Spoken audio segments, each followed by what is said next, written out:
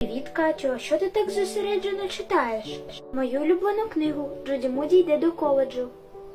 Це моя улюблена книга. Вона називається «Джуді Муді йде до коледжу». Її автором є Меган Макдональд.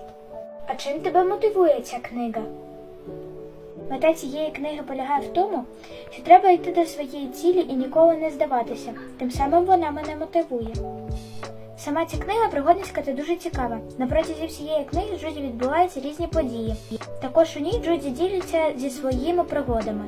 Навіть складається враження, що ця книга – справжній щоденник Джуді, тому що вона написана від її лиця. Джуді Муді доброзичливий, цікавий та мега-персонаж. Ви запитаєте, що таке мега?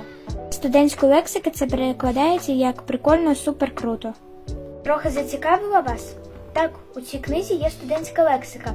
Це дуже незвично. Якщо вам сумно, нудно, раджу вам прочитати саме цю книгу. Вона вас зацікавить пригодами, які відбуваються з Джуді, різними подіями та змінами у її житті.